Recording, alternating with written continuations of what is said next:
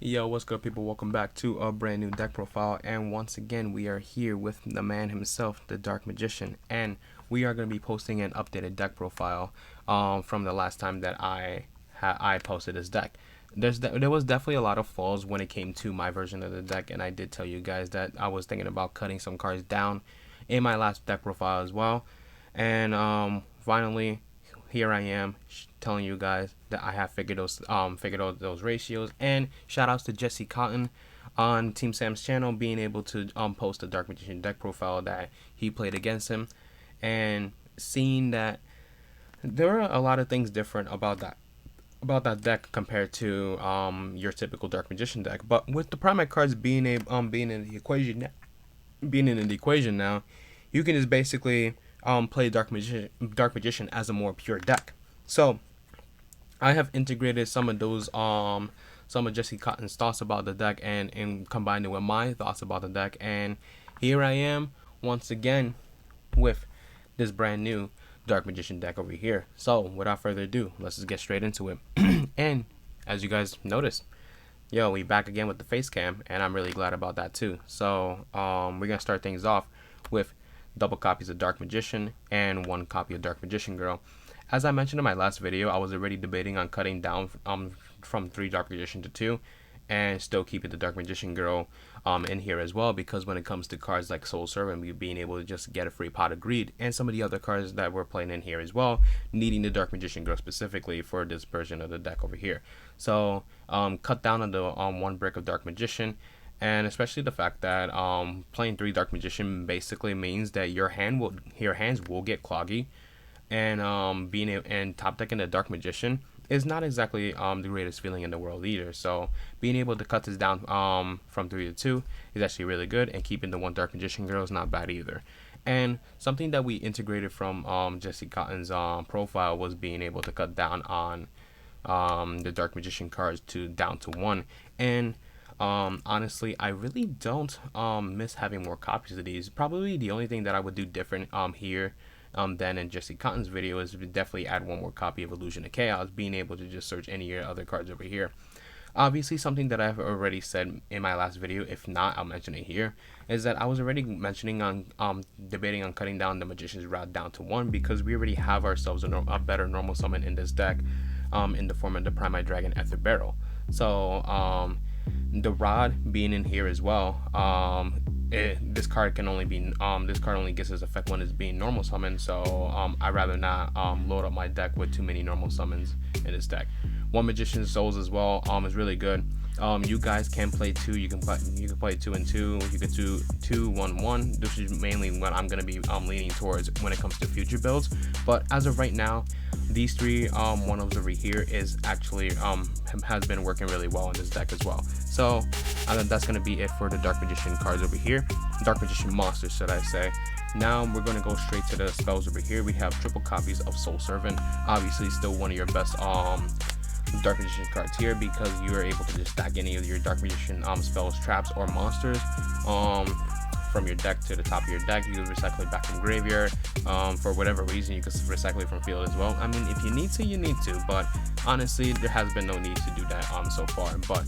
And also being able to get the grave effect to banish this card to draw cards equal to the number of Dark Magician Girls, and Palladium Oracle monsters that you might have in your field or graveyard, which basically means in this deck you automatically get an immediate pot of greed here. And then something else that we integrated from Jesse Cotton's deck profile is playing the 1 copy of Bond Between Teacher and Student and 1 copy of Dark Burning Magic. These cards are absolutely nuts in this deck, and especially the fact that having these cards makes you a little less reliant on going into your extra deck immediately in turn 1. So having these cards here is just an instant board wipe right here. And it does also get your bricks out of your deck as well, so you don't have to draw into no Dark Magician Girl or anything like that either. So having the bounce package in here is actually really good. So that's gonna be it with those Dark Magician cards, and we're gonna continue on with the Dark Magician cards here. Something that Jesse Cotton did that I really didn't agree with is not play any copies of Secret to Dark Magic. This card is absolutely nuts in here, especially the fact that you're still playing the number of dragons that you play in here with some of the Bystial cards, and with the Primate Dragon Ether Barrel being a dragon as well, you still are able to go into an instant Dragoon. But something that I noticed in this version of the deck that is that you're not really relying on your extra deck all that much. So being able to just use this when it comes to a later grind game is actually really good. And then we upped our circle count to 2, and we upped our salvation count to 2, but we still kept our eternal soul at the 1 copy. As mentioned in Jesse Kotton's video, is that the Primate cards do help you get get a lot easier access to your Dark Magician. So being able to resolve your circle, your eternal soul, your Dark Magician triangle is just a lot easier than what it was before. So people playing each of these cards was completely understandable. But here in this version, you are able to get a lot easier access to your Dark Magician, not just through Eternal Soul or not just through Magician Souls, but through Primate Load. And it also does feel bad as well that you are not you have to like toss away such a good card in the form of Magician Souls to just go into your copy of Dark Magician. So being able to play more copies of these cards and having your Primate cards as well is actually really good, and being able to just keep your resources like Magician Souls when it comes to later grind game. That's going to be it with all the Dark Magician cards, and we're going to go straight into the Primate cards. We're going to be playing triple copies of Primate Dragon Ether Barrel, triple copies of Primate Load, playing 1 copy of Primate Drill Beam, and we're playing 1 copy of the Primate Roar. Something that you can cut from this engine of the deck is definitely the 1 copy of Primate Roar. The card still comes out from here and there, so this is why I do keep it in my deck. Other than that, if I do end up going for the Primate Load later, I would just probably send it away with Magician Souls as a part of a draw. And you can easily set this card up in your graveyard as an interruption as well to be able to just banish when your opponent normal summons a monster. So that's really good there. Primate Drill Beam is probably one of the more disgusting like negates when it comes to the game of Yu-Gi-Oh, because this card just basically just keeps coming back, and it's not any of those other cards where you're able to bring it back and then it gets banished after. No, as long as you control a Primate monster during your main phase, you can just keep setting this card back. And the Primate Ether Barrel over here brings itself from the graveyard to your hand during your standby phase. Please remember that, and go by the Konami database there.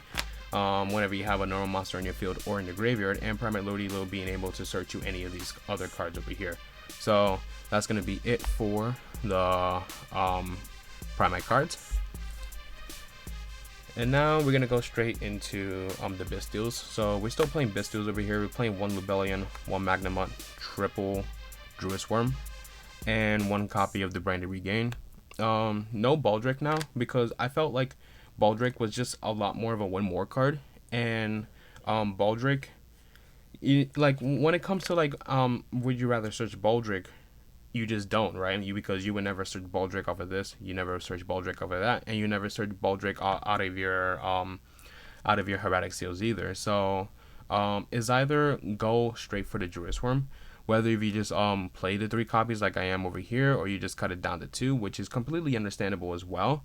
And but also one of the main reasons I'm still keeping these at a max number as well is that we are playing Secrets of Dark Magic still at 2 copies. So being able to just fuse your Dark Magician away with any of these other cards over here just gives you instant Dragoon access, and especially if you have cards like Bystial Druid Storm on the field, you are able to use this effect when it's sent from the field to the graveyard to send a card on the board. So it basically makes your Dragoon a lot more powerful at that instance there.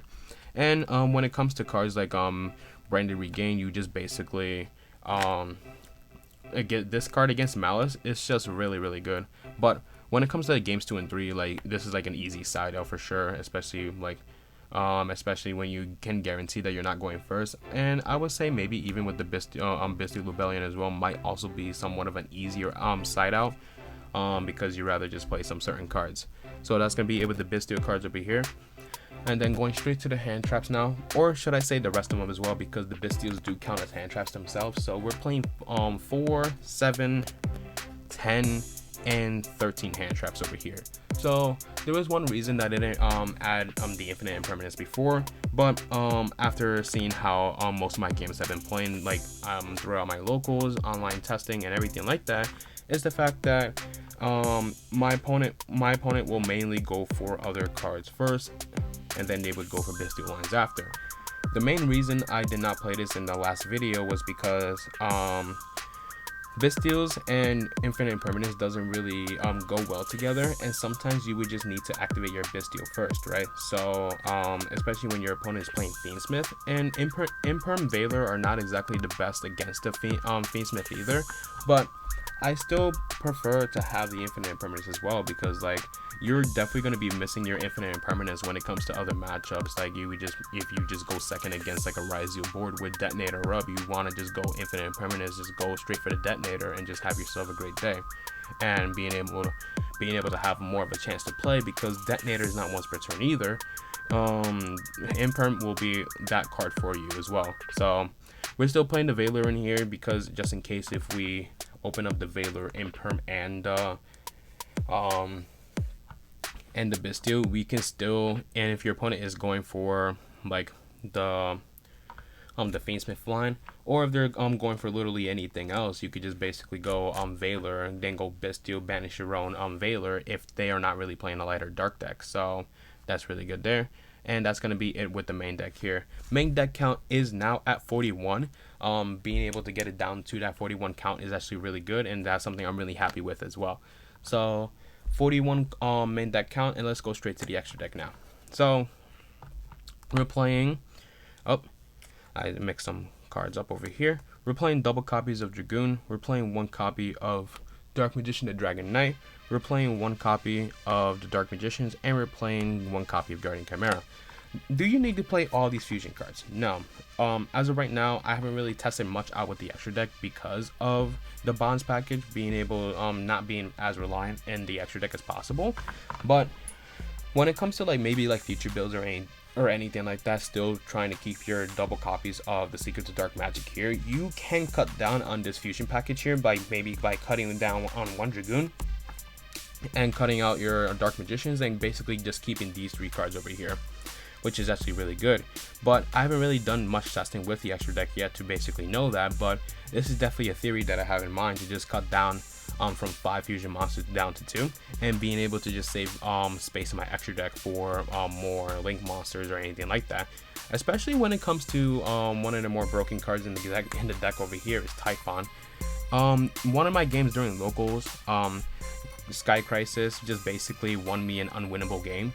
So this card, I would probably want to play more than one copy, especially like that Dark Magician is a really grindy deck. And if your opponent just decides that they want to go into more extra deck monsters, like having more than one copy of this is actually really good, because once your opponent sees one Typhon, they don't think you're playing another one. And then once they go overextending and everything like that, after you interrupt them, you could just go for another copy of Typhon and just be have yourself a great day. But as of right now, we're just sticking with the five fusion monsters here and the one Typhon, and the last card that's not a link monster is the one copy of Chaos Angel, which you can make with Rod and Dark Magician, or you can go Rod, Souls, and a Bystial as well. Shoutouts to that other guy in his comment right over here, that he basically told me about those combos of cards that you can make into Chaos Angel as well. Link monsters, Imduck, Link Spider. Your link ones in the deck basically get your Dark Magician to the graveyard and then be able to return it with revive it with Eternal Soul. Something that I kind of do want to I was thinking about was just cutting on the Link Spider and just play another copy of Imduck, because once again we are playing Secret of Dark Magic in here, so being able to just have the Eternal Soul Dark Magical Circle combo, and just having the one copy of like a Secret of Dark Magic, whether you top deck it or you've been saving it for something else, you could just go Dark Magician into Imduck, and then you just go into Dragoon with Secret of Dark Magic. Or something else that I'm very fond of in this deck as well is just basically when it comes to like end of turn 1, and I have how do I say this? How do I have Primate Dragon after Barrel. I use Primate Lordy Load to go into Dark Magician, link away the Dark Magician to go into the Imduck, and then use Primate Dragon after Barrel and the Imduck to go into the Hieratic Seals. And especially the fact that we are playing the number of dragons in this deck as well to help you go into get into your Bystial engine as well. And once again, being able to just use a card like Secret of Dark Magic during your opponent's turn, whether that is to go for Guardian Chimera or going into Dragoon, and then if you have the Bystial Druid Swarm already on your field, you be able to get that extra effect off of that Bystial Druid Swarm when it's sent to graveyard, which is really, really good. And just having the bounce off of the Heavenly Spears as well is actually really nuts. We put in the IP Masquerena now. Depending on what line you have available to you, the Bonds package basically makes this a lot easier to go into as well. So if you have access to both Dark Magician Girl off the field because of the Bonds package, so now you have your Dark Burning Magic set. You either draw straight into this, you get it off of your Dark Magical Circle, or you get it off the Magician's Navigation, depends on, and this will let you know what you have to do, right? So if you have access to Magician's Navigation with the Eternal Soul set, because you just go Eternal Soul, revive Dark Magician.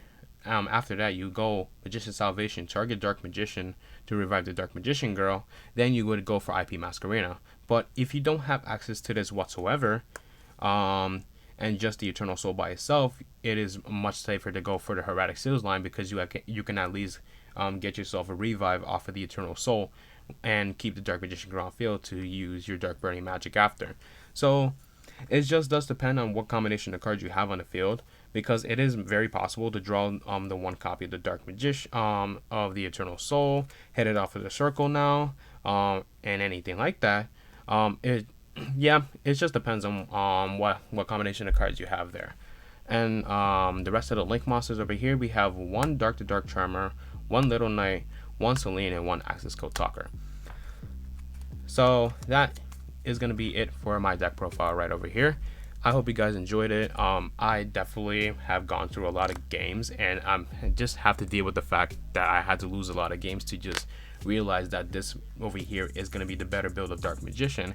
And now, once again, here's the question: Is this deck complete? Is this deck perfect? No, of course not. There's always going to be ways to help you. There are always going to be ways to just improve on this deck, no matter what is going to be in the future, especially if maybe like the Primate cards do get hit at some point in the future, or if you think about adding cards in here like Fiendsmith, Cash Tier, or anything like that to basically make the Dark Magician deck better and have more lines of interruption. That's really good as well. So that's going to be it for this video, guys. I hope you guys enjoyed it. Remember to like, share, subscribe. If you haven't seen the other Dark Magician deck profile, the one I made at first, if you guys want to make any comparisons, or if you want to know where I started from or anything like that, that's going to be over here, wherever it is. It might have popped up earlier. It's going to pop up in the description down below, or anything like that. So thank you so much for watching, and I hope you guys have yourself a great, wonderful day. Peace.